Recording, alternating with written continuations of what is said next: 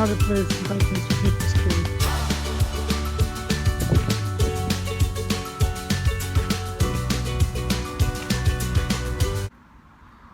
Hi, good evening again. So we are here at the park, and I was thinking of speaking today or talking today to you about the disease of alcoholism. And so this illness is not straightforward. It's as much a spiritual and an emotional affliction as it is a physical vulnerability and a physical disease. And the fact is that we don't know quite all the factors that drive this dysfunctional behavior. So speaking of which, we should probably define our terms. In the old classification system, the DSM-4 and 4TR, there was the concept of alcohol dependence and alcohol abuse.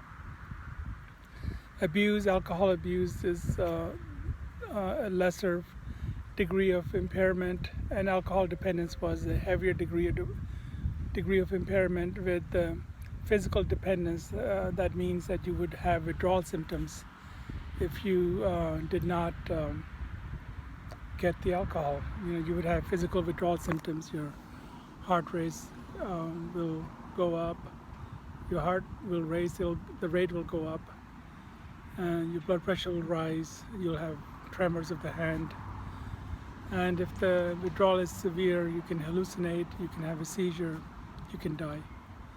So it is a serious condition, the dependence on alcohol.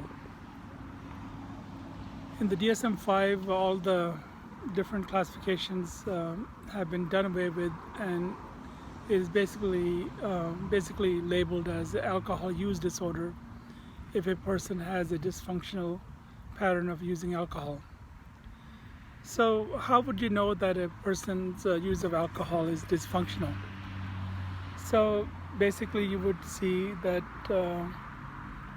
they're not functioning at their optimum. They may neglect duties that they were supposed to perform.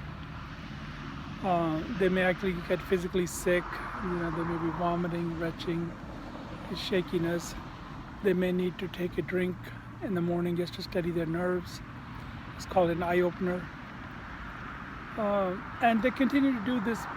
They recognize that it's alcohol that's causing the problem, but they continue to deny it, or they're unable to control their behaviors and continue to drink despite the severe physical, emotional, sociological or social setbacks that they're incurring, that they're getting from the use. So that's alcoholism for you. So, how to treat it. Treatment is also complex because it's a complex disease. So, first things first, if they are in physical withdrawal, if they have physical dependence, you need to detox them. And a detox is not hard to do. It's what comes after the detox, the rehabilitation, that is more of a challenge. But since we started out talking about the detox, let's talk about it. It's important to, get them thiamine, vitamin B1, get them that right away before anything else occurs, before they get IV fluids with dextrose or they start eating anything, because they may have been malnourished and B1 is deficient, and when you feed them, it can induce a neurological syndrome called Wernicke's encephalopathy. They may have short-term memory damage. They may have gaze palsies, and it's not a good outcome. So you'll see some alcoholics at times, you may encounter them, that their short-term memory is totally shot. And you can tell them, you can have a conversation with them, and 10 minutes later they'll come back and they'll start a totally fresh conversation as if they're meeting you for the first time. Or they may remember some things, but they will have lost a majority of the information that was conveyed. So to prevent that, you have to give them thiamine. Then you have to detox them. You have to figure out how much of a dependence they have by giving them a dose of Ativan or clonazepam or Librium, one of the longer-acting benzodiazepines, and watching their vital signs, their tremors, calm down. And whatever, you can give this every hour, every 2 hours, and the dose that you get that will control their withdrawal symptoms, that is your daily dose. So on the first day, on the next day, you would give that dose in divided doses. And then you basically reduce it by a quarter every day. So by the 5th day, you should have, on the first day you would have stabilized them, no withdrawal, and you're successively detoxing them. So by the 5th day, they should be detoxed. In the meantime, you got lab workup done, their liver enzymes, see how that situation is. A lot of the alcoholics will have elevated liver enzymes, may have impaired liver function due to cirrhosis. And cirrhosis is basically a fibrotic process in the liver. The alcohol kills the liver cells, and there's scarring left over around from the surrounding tissue, and that scar-filled tissue is basically what cirrhosis is in the liver. And the function is lost, and liver failure is a real possibility in the chronic, uncontrolled alcoholic. So you get labs, you get chem panel, LFTs, UA, and they gauge their nutritional status. And then you gradually introduce them on a regular diet. You should give them a regular diet. Just make sure you get the thiamine. You can start them on multivitamin with minerals because they're often deficient. And you do that for 5 days, you're detoxed, okay? In the meantime, you start engaging them with a counselor who talks to them about AA meetings and community-based treatment options. No matter how you feel about it, Alcoholics Anonymous has been one of the most successful organizations that has succeeded in helping the most number of alcoholics get off alcohol and stay off alcohol. It's a very fine organization.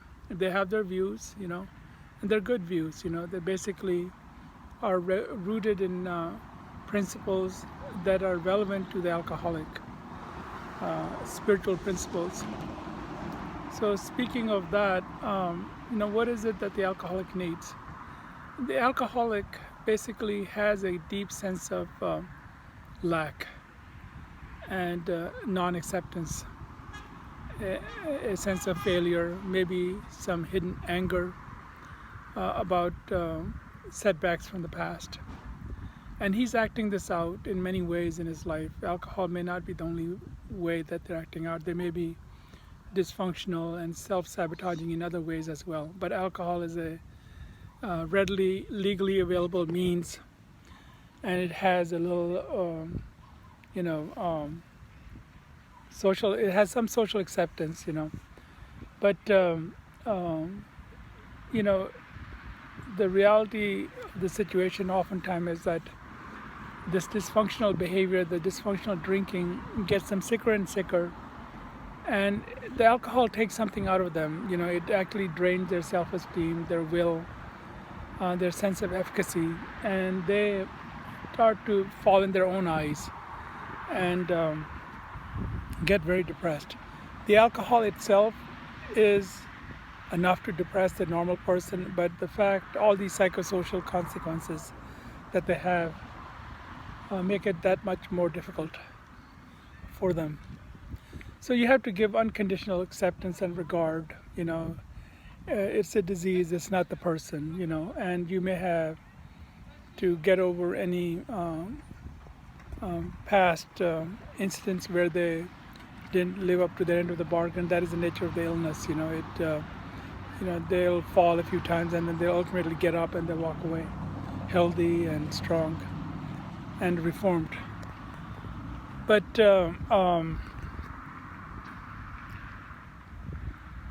initially you have to give them acceptance, and if they're, they say, even if they are depressed, give them about a month to detox, post-detox.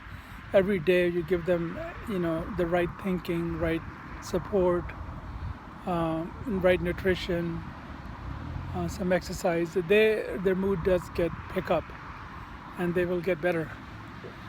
So, but if they're still depressed in about a month or so, you can consider the use of SSRI antidepressant or some antidepressant that they have responded to in the past. You do that, you get them out of the depression, you engage them in the AA meetings, other social support networks, and you get them on track. There are a few other things about recovery. One is that abstinence, total abstinence is probably the best way to gain control over alcohol.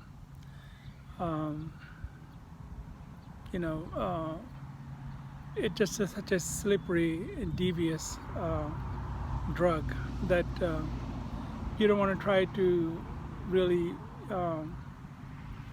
manage it by using naltrexone or something to, use controlled drinking. Controlled drinking may work for a few, but usually it's not recommended, and it's usually a setup for failure. So naltrexone can be used for total abstinence as well. So use that. There are some other medications that are very helpful. Topiramate, if the liver function is shot, topiramate.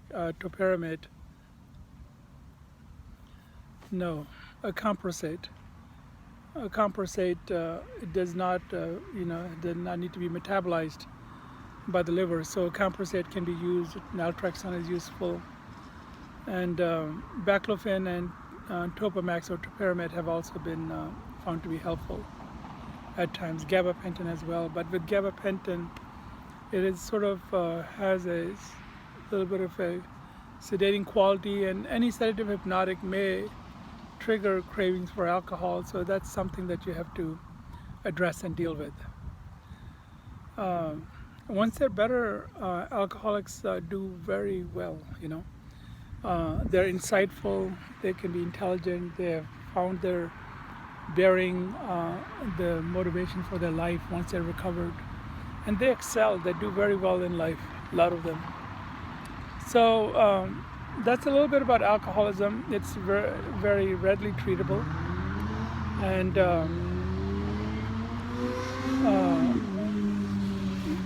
you can recover and make a success of your life.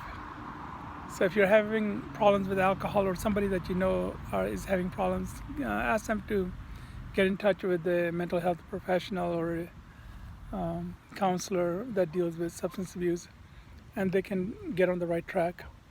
Remember that you do need to be detoxed carefully initially if you're drinking every day, and that would be